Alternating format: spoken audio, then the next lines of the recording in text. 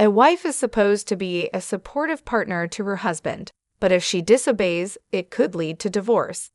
My husband James took my credit card and spent a lot of money while I was busy working. They were enjoying a vacation abroad, and I felt very disrespected. Angry and upset, I started thinking of a way to get back at him. My name is Karen Gillan, and I used to be a famous actress in the United States. I shone brightly in Hollywood, charming people all over the world and making news internationally. My fame was huge. I stopped being in the spotlight when I married James, who used to manage my career. He took great care of everything for me, from my health to my personal life. Now, we run several fashion stores together. I stepped away from fame when I was 23, even though I was very popular at the time. This decision caused a lot of media attention and disappointed my fans, who begged me not to leave. There were a lot of rumors and stories in the newspapers. Despite all this, James and I married happily, and everyone supported us. Just before I retired, I started my own fashion brand, and now James works for me in finance while I lead our business. Life seemed perfect, but recently James has been acting odd. He seems tired and down all the time. I asked him if something was wrong at work, knowing he tends to keep his problems to himself. I often checked on James because he's not the type to talk about his problems. He waits for me to help him out. Even though it was a bit hard for me, I didn't mind because he had dealt with my difficult situations in the past. I always appreciated his help more than I got annoyed.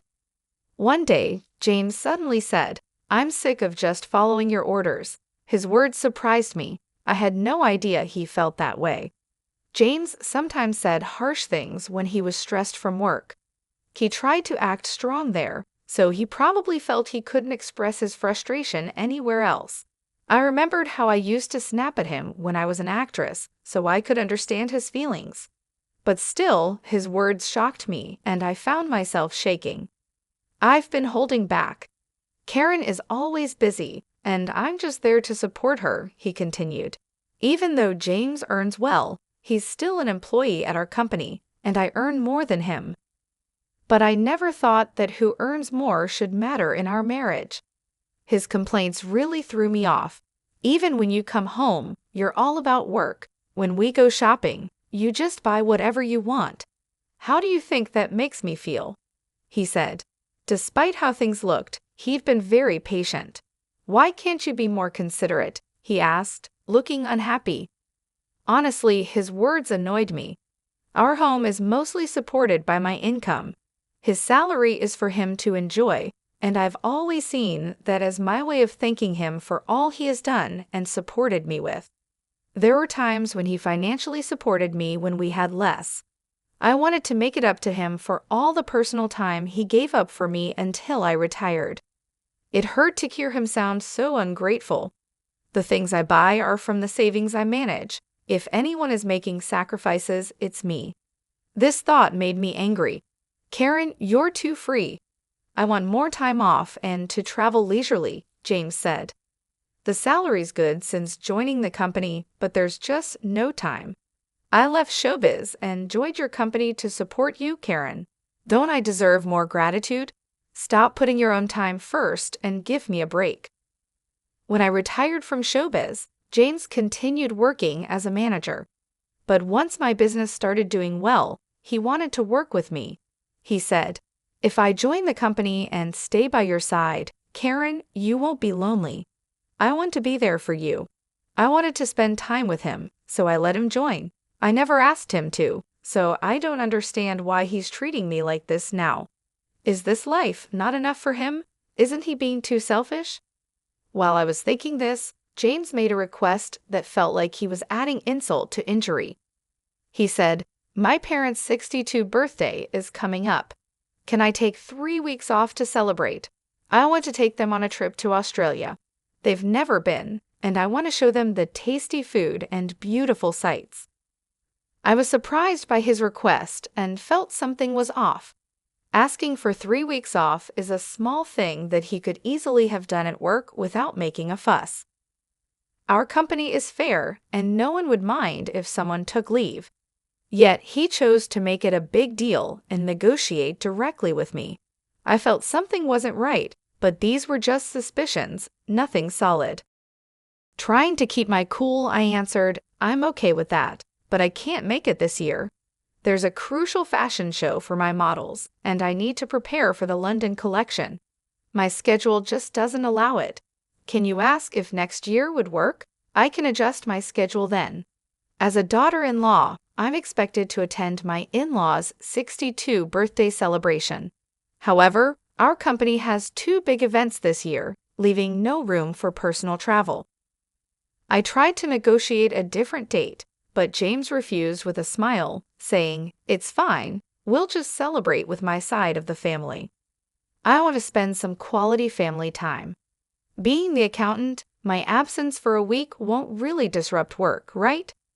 James's words about wanting to spend time just with his family really hurt me. He suggested that I was a nuisance, and that cut deep. So, how about it? I deserve some free time too, right? James often speaks without thinking. He's not mean, just sometimes careless.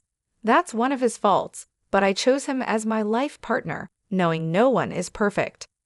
However, I can't accept how he's speaking to me now, even if he doesn't mean it. Why do I have to be spoken to like this? Doesn't he care about me? Hey Karen, are you listening to me? I owe a lot to James's parents. Though I can't often visit because of work, they always treat me like their own child and praise my work. We're so happy to have such a wonderful daughter, his mother said when I married into the family, and his father celebrated our marriage with joy. It's their 62 celebration, and I understand wanting to celebrate it this year, but how can I agree happily after being spoken to like that? It doesn't matter to me. Take 1 week or 2. Do as you like. I couldn't hold back my anger and showed it openly. This probably upset James. He stood up, visibly upset, and left the living room without a word. We've been sleeping in separate bedrooms because of work, and from that day until his trip, we didn't see each other at all. Is that really true? Isn't your husband being too harsh? My secretary, noticing my unusual demeanor the day James left for his trip, pressed me for details. She's an exceptional talent and has been supporting me since I started managing the company. As women, we often see eye to eye, and sometimes she's even more reliable than my husband. She's quick-witted yet caring, always there to support me when I'm down or about to make a mistake. I think of her like family. She looks up to me like a real sister, and I often share my thoughts with her. Her advice is wise beyond her years and always helpful. This time, she noticed something was wrong and kindly asked me about it. At first, I hesitated to open up, but then I realized that keeping it in could affect my work. I decided to tell her everything that had happened up to today. She looked really angry when I told her. If I were you, I'd have given him a piece of my mind. You've been too soft on your husband, boss. I get that you love him, but you can't let him walk all over you, she said. Her straightforward advice really hit me. In an environment where everyone usually hesitates to speak up, she's the only one who treats me as an equal. I truly value this openness and comfort. Being in a higher position often means showing more humility and restraint, and having someone who can confront me directly like she does is really precious. You're right. What should I do? I asked her. You can call him, right? Why not talk afterward today? Don't worry about spoiling his trip. If things keep going like this, you might be headed for divorce, she continued, pressing the point like an older sister. I had no choice but to agree with her suggestion. I decided to call him right after work. He's in Australia, and there's about a 14-hour time difference from the US. For example, if it's 6:00 p.m. here, it's 8:00 a.m. there, about the time they would finish their breakfast. I had sent him an email in advance to let him know I needed to talk, so he should be expecting my call. I called thinking he'd surely answer, but he didn't pick up. Maybe he's still enjoying himself with everyone. I'll try calling again later. I tried calling every 50 minutes, but still no answer. Worried, I contacted my mother-in-law to check on him. "Hello, Karen. You must be tired. I'm sorry we went on this trip without you. We told James we'd prefer you'd be with us, but he insisted." I knew from James that his mother used to be a strict teacher, but now she's much gentler and always cares about how busy I am. "Never mind. We're so busy at the company this year I couldn't make time. I'll definitely make it up to you next year, okay?" "Oh, don't worry about it," she replied kindly. "Just having this wonderful trip as a gift from you is more than enough for us." Her words, warm like a smile, seemed strange to me. "Wait, a gift?" I asked, confused by the term. She seemed surprised by my question. "Oh, isn't it? James told us this trip was fully paid for by you since you couldn't join." I couldn't help but shout in surprise over the phone. Realizing I didn't know anything from my reaction, my mother-in-law quickly explained, "Isn't this the trip Karen arranged? James paid for everything with Karen card, so I thought it was from you." The trip included James's parents and his sister's family, 6 people in total. The flight alone cost about $2,000 per person minimum, and with other expenses, it easily exceeded $22,000. It's outrageous to use such a large amount without asking me, especially since I usually cover living expenses. James doesn't gamble or smoke, so his salary should be intact. He definitely earns enough to afford such expenses, yet he didn't. With him not answering my calls, my anger started to boil. Noticing my upset, my mother-in-law spoke with concern. "Karen, are you okay? We'll pay back every penny."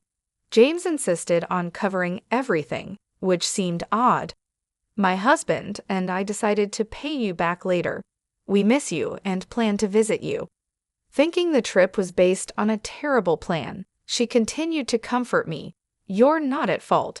It's also your 62 celebration, so please use that money for your enjoyment. I'll definitely get James to pay for it, but could you tell me more about the trip's planning?" I was trying to figure out what James was up to when I realized this trip must have been planned months ago without me knowing. At that moment, I started to doubt him. Then, my mother-in-law revealed a shocking fact. The trip was actually suggested by James's sister and her husband. Surprisingly, it was James's sister and her husband who always criticized me who initiated the trip. James's brother-in-law, an executive at a company competing with mine, looked down on me for being a female CEO.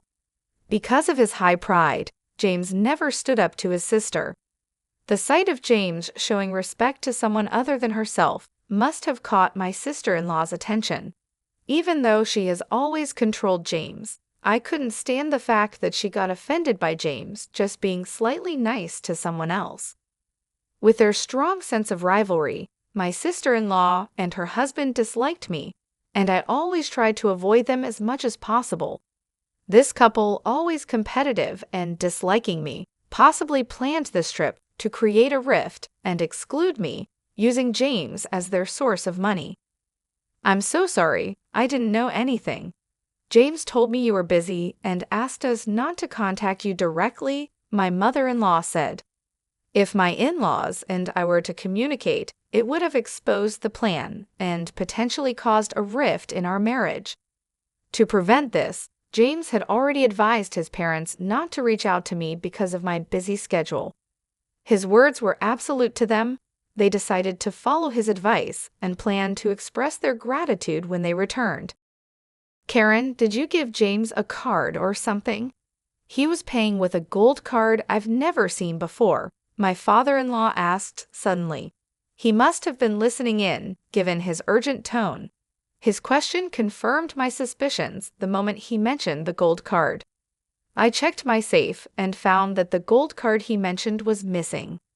This card is crucial for our company and only James, and I knew the safe's password. I never thought James would steal from the company, but it was clear he had taken the card. As the finance manager, he could easily change the records. Realizing he was misusing company funds, my anger grew, and I told my in-laws what had happened. They turned pale with shock. What should we do? Are we part of this theft? We'll go back with James immediately. We're as guilty as he is, even if we didn't know. My mother-in-law panicked. My father-in-law, who always takes his responsibilities seriously, agreed. We'll accept our punishment once we're back. I shook my head, disagreeing. No need for that. You were just tricked by James. You're not at fault.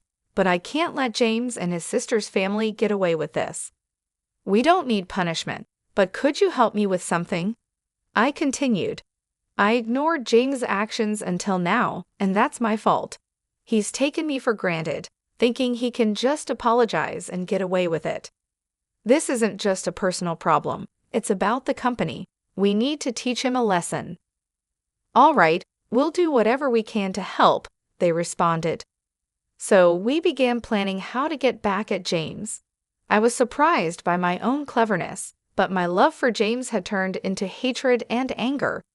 Initially, my in-laws were hesitant about this harsh plan, but as parents, they finally decided to stand by me. Just as we were discussing this, James unexpectedly called. I ended the call with my in-laws and picked up James's call. What's up? We're enjoying a family-only trip, so what's this important talk about? James's sarcastic tone irritated me even more. You took your time calling. Did you go a little wild, huh? No way, just having drinks at a nearby bar with Mom and Dad. This confirmed he was lying. I had just spoken to his parents, and there was no noisy bar sound in the background. Besides, they had no reason to lie to me. He was probably out causing trouble with his sister's family. His words cooled my feelings for him completely.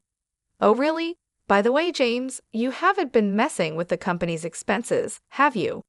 His attitude changed instantly at my unexpected question. What's that all about? His tone, usually lighthearted, turned dead serious. Was this his true nature? Seeing his attitude shift as if he now saw me as an enemy, I faced him with equal firmness. Just checking, since there will be an audit at the company soon. Are you suspecting me? His defensive reaction showed his guilt. I couldn't help but laugh at his poor response. What's wrong? I was just concerned, and you're talking about suspicion. Did you do something wrong? No, anyway, the house isn't in a mess when I get back, right? Realizing he was digging himself deeper, he suddenly changed the subject. His actions only made him look more suspicious. I was almost impressed by his foolishness. Who knows? I've been busy with work too. Give me a break. I hate coming back to a dirty house with bugs. A wife is her husband's maid. Disobey and it's divorce. Even our executive says that to his wife. Looks like I might have to do the same, right? You wouldn't want that, so keep the house clean. I had never seen him getting along with the executive. His current words were probably all his own thoughts. But aware of his weaker position, he used the third person to express them. His patheticness made me sigh. Sure, I'll keep that in mind. There was no need to talk to him any longer. James clearly looked down on me, even embezzling company funds. Embezzlement is a serious crime, and I could take him to the police.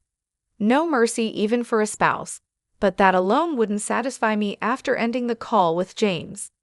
The next day, while I was busy preparing for the fashion show, I made a phone call to a certain place. Of course, James bombarded me with calls. I noticed his calls late at night while I was out. Luckily, my secretary was driving, so I answered James's call on speaker. You're late, what have you been doing? His voice was rougher than I'd ever heard, surprising both my secretary and me. What do you mean? I was working. Did you do something yesterday? Do something like what? Don't play dumb, tell me the truth. James was in complete panic, and in the background, I could hear several Australia men and my sister-in-law and her husband confronting him. It sounded noisy. Something wrong? I asked.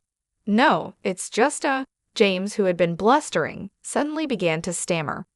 He realized that admitting anything would put him in a very disadvantageous position. His odd behavior made me explain to him what was coming.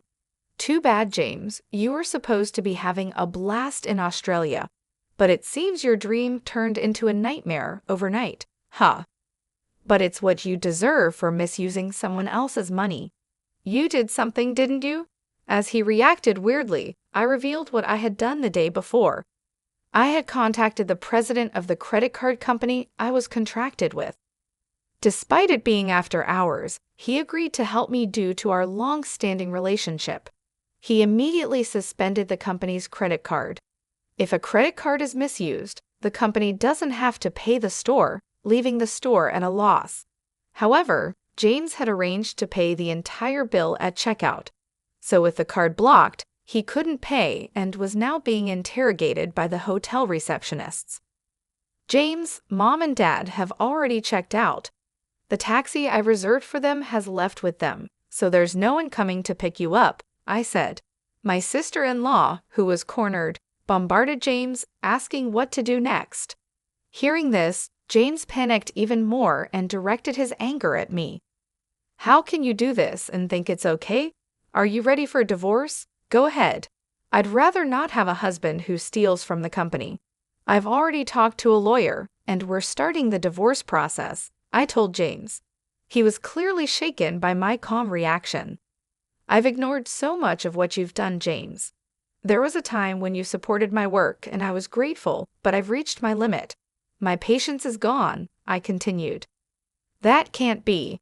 James realized he was in a real crisis and let out a desperate cry. The receptionist kept demanding payment from James and his group, who were now trapped in despair. None of them spoke Australia and were relying on a guide to communicate. Hearing their situation, I suggested switching the call to me. No one there speaks Australia, right? Let me talk to them for you. You're going to help? James sounded relieved, thinking I had changed my mind. Without hesitation, he handed his phone to them. I spoke to the receptionists in Australia, explained the situation, and they understood quickly and seemed cooperative. To ease their worries, I also gave them my contact information, which my secretary noted down. After a friendly chat, they returned the phone to James. What happened? Did you sort it out? James asked. Yes, I've taken care of it. Now it's up to you guys. Really? You're a lifesaver, Karen.